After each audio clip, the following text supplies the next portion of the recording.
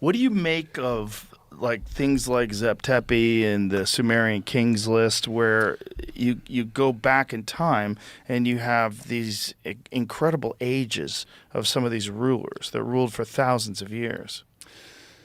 Well, what's really interesting is that if you overlay the Sumerian Kings list with the list of patriarchs, pre-flood patriarchs in Genesis 5, it's like a 1-to-1 match. So I'm not convinced that. I think that the Sumerian Kings list is the ages is mythological. I don't think that they were ruling for thousands and thousands of years.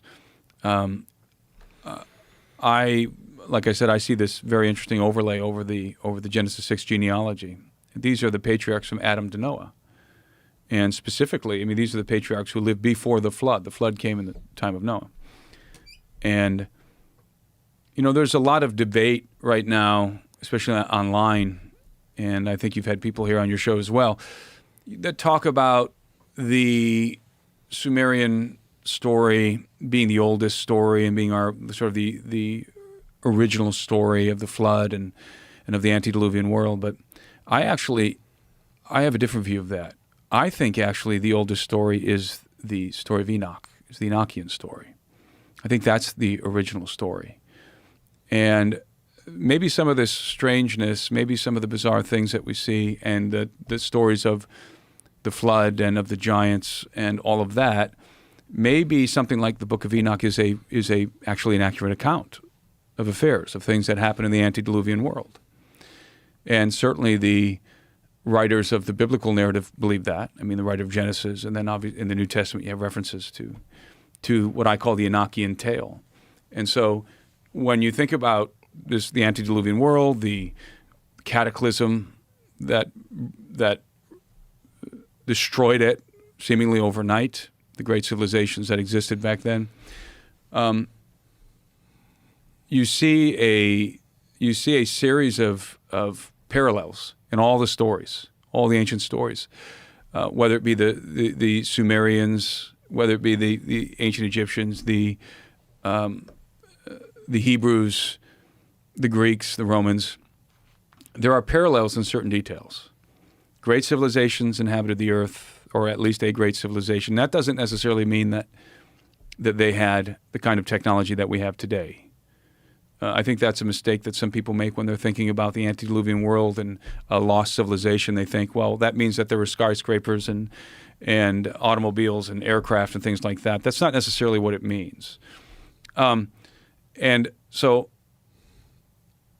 I think it's very, very interesting that you have all of these parallels, a cataclysm, giants.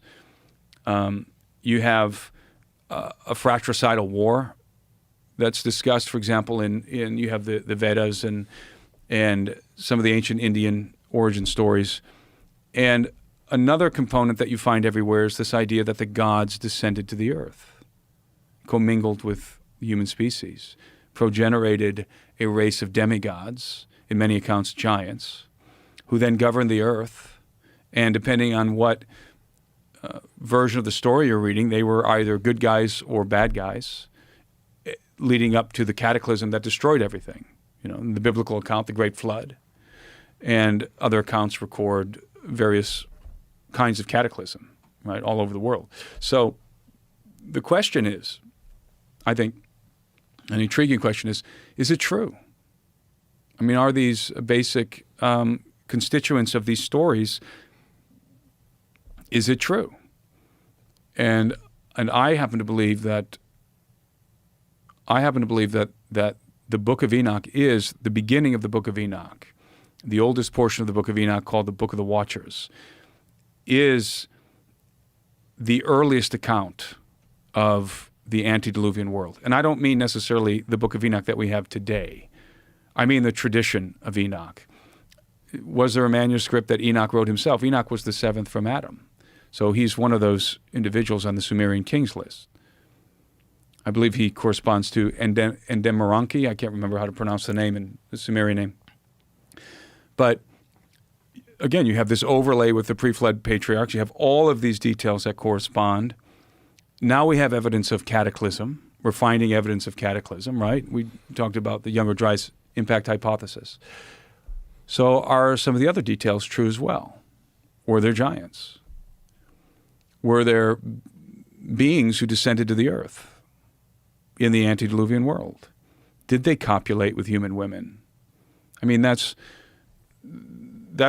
essentially the story of Enoch. Enoch begins with, this is first Enoch. Enoch begins with a company of 200 watchers, these beings that are designated as watchers. And they're heavenly beings. And the watcher designation is not exclusively extra-biblical. You find it in the book of Daniel, in a very interesting scene in which holy watchers are judging Nebuchadnezzar, the Babylonian king. And they sentence him to a period of time of madness where he's given the mind of a beast and he's eating grass. And this is a judgment from the watchers. He's eating grass like an animal.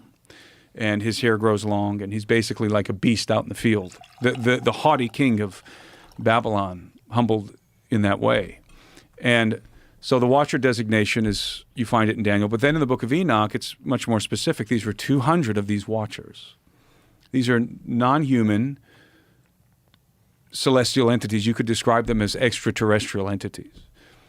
And they begin to lust after the daughters of men. And they desire to progenerate families. They want to have families.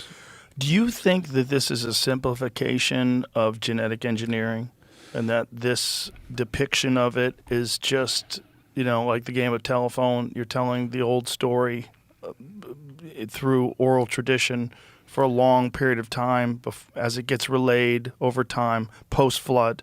So you get this sort of distorted version of what the actual event was? I think it's possible there was genetic engineering involved.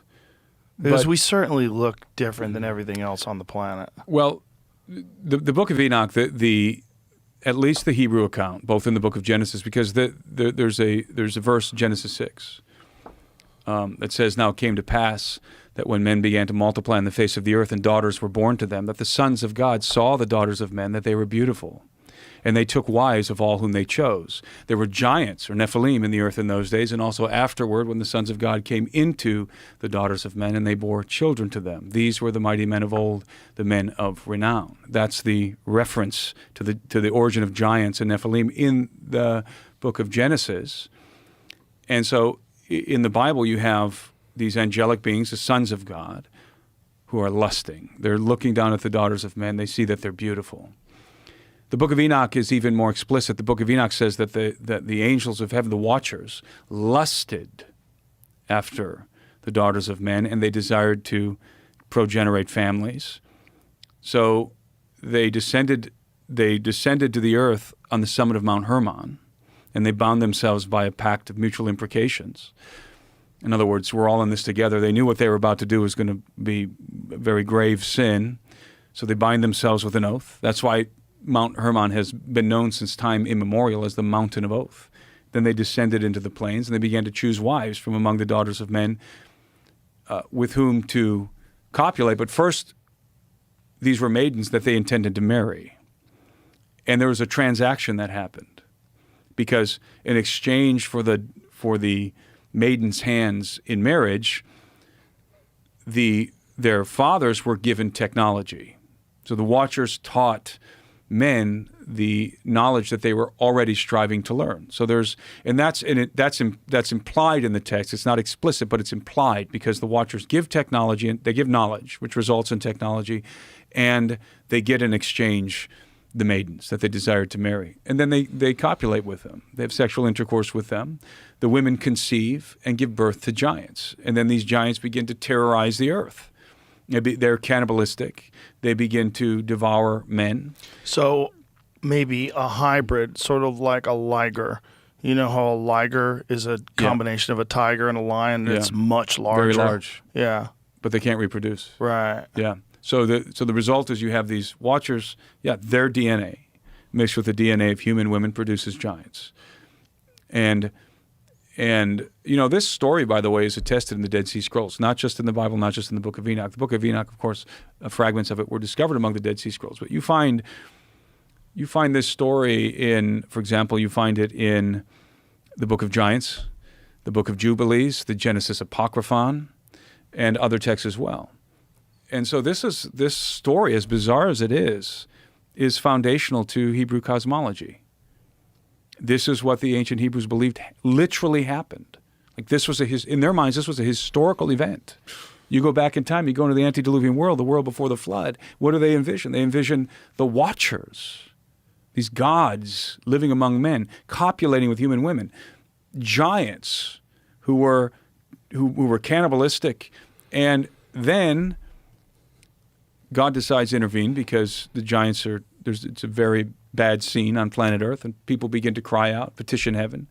God decides to intervene, according to Enoch, and he dispatches some angels, and one of the things that they do is they set the giants against each other in a fratricidal war. So they make the giants go to war with each other. Now, when I envision this scenario, playing with the idea here that this actually happened, right, in the antediluvian world, I don't imagine big dumb giants, bopping each other over the heads with clubs. I imagine a technological war. Because what I see unfolding here, and I think, again, this is implicit in the Enochian story, is that the Watchers are essentially creating a dynasty. They are building an empire called the Empire of the Gods in the antediluvian world. They are each portioning the earth among themselves, and their hybrids are ruling each of these kingdoms. And then they go to war with each other. And again, I see this as a technological war because I don't believe that in the biblical account, angels never have wings, only in prophetic iconography. But in the historical narrative of the Bible, angels are never depicted with wings. They are depicted as operating what I would describe as advanced aerospace vehicles, the chariots of God, the chariots of Yahweh, the chariots of fire, variously denominated.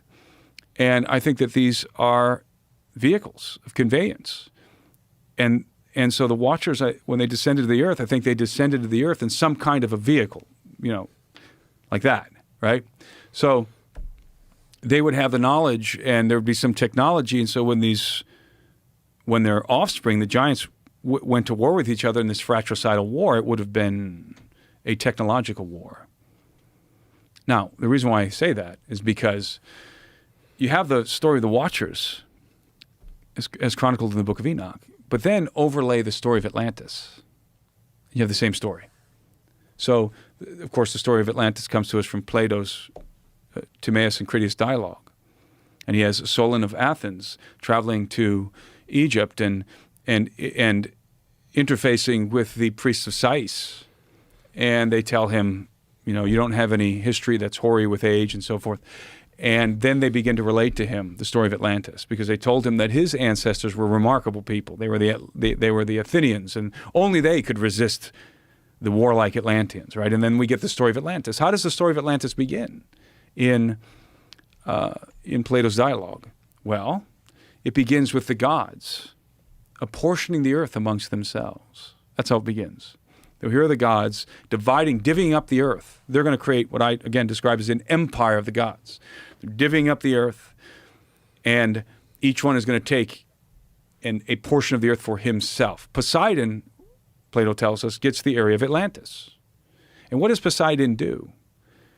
Well, he becomes enamored of a human woman named Cleito.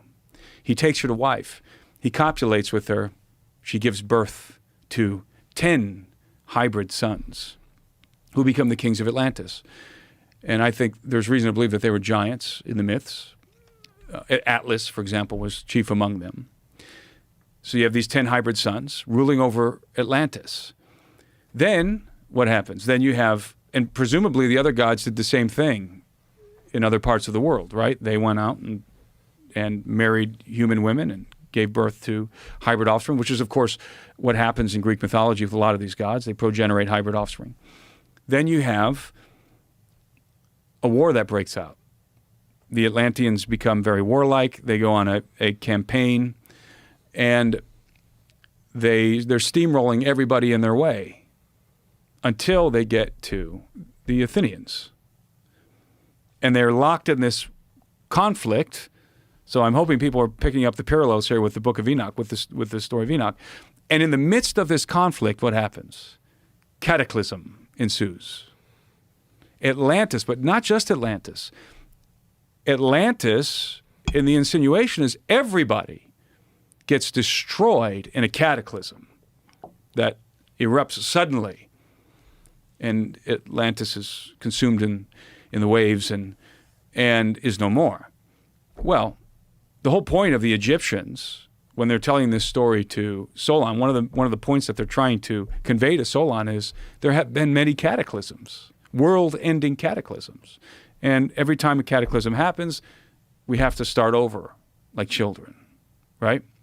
So the parallels between the Book of Enoch and I think Atlantis is an allegory of the antediluvian world in general. I think that there was something like an empire of the gods in the antediluvian world. And I personally believe that the biblical record is the faithful account of what happened in the antediluvian world, and with the addition of the Book of Enoch. Because you cannot separate the Enochian narrative, the Enochic traditions, from the Bible. Well, Enoch is referenced in the Bible, and the only reason why the Book of Enoch is not in the canon of the Bible is because of some rabbis, right? Well, it's complicated. So the Book of Enoch is a compilation of texts, and ranging from the 4th century BC to probably the 1st century AD. The tradition of Enoch, I think, is very old. I think the tradition of Enoch, that story I just outlined, that tradition of Enoch is the oldest story we have. The one upon which all the other stories are based. That's my personal opinion. Now, the actual Book of Enoch that we have today, the only reason we have it is because it was preserved in Ethiopia. That's the only reason we have the Book of Enoch today. The Ethiopian Bible. The Ethiopians preserved it, both the Beta Israel Jews, very, very ancient Jewish community, and the Tawahedo Orthodox Christians. Do you think they have the Ark of the Covenant? I think, let's put it this way, I think Graham Hancock makes a very compelling case that they do. Have you read his book, The Sign and the Seal? Yeah. The whole depiction of these people that are the watchers of this thing get cataracts because it has some radiation properties. Yeah, very compelling narrative. Yeah. None of them live more than a couple of years after they get the assignment. Yeah. I think it's a very strong possibility that they do. That's crazy. It would be crazy, yeah.